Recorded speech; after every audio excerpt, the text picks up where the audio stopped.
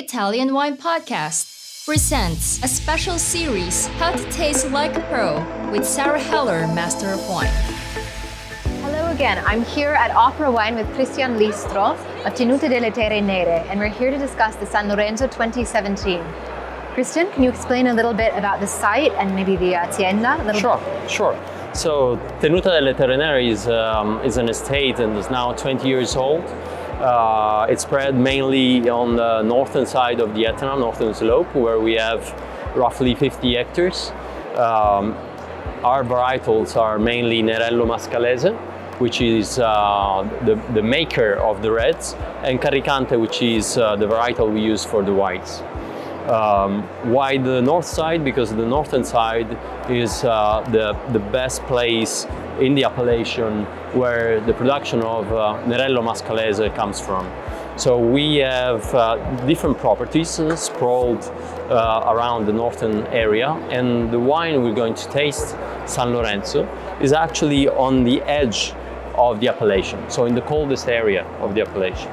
Fascinating. So from a volcano even before there was Etna. Exactly. It was a volcano was 10 kilometers south where the actual Etna is, and it's a few pockets of land that survived, all the eruptions that came, after the Etna came up. Amazing. So I'm going to taste this the way we taste with our students.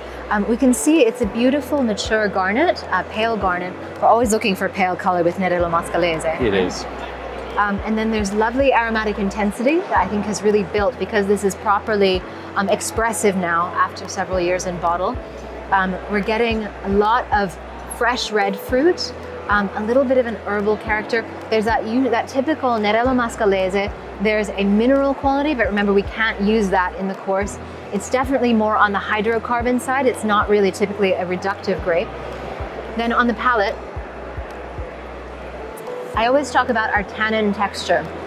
So here, the tannins are really beautifully exposed. And I talk about the tannins of Nerello Mascalese having almost a scale-like quality. Like you can feel each individual disc of tannin texture on the palate. Acidity, beautifully fresh. And I think I saw the alcohol was 14.5, but you really don't feel it. It doesn't have certainly the body is only medium. And there's a little bit of warmth if you were being analytical, but it's not noticeable at all. And I think at this phase of its life, you start to see more of the comparisons with Burgundy making sense. Indeed. I never find that young Nerello Mascalese reminds me of Pinot Noir. But as they get more mature, I think they go into a similar groove. Yes, indeed. And specifically, San Lorenzo is in an area where there is a lot of power in the soil, so it needs time, to evolve. But what we are proud about is that straight from the bottling, the wines have always to be in balance, because otherwise, you feel the wine, all the structure in your palate. We always say that our responsibility ends with bottling. Fair enough. So the bottling has to be perfect. Perfect. So, can I share some with you?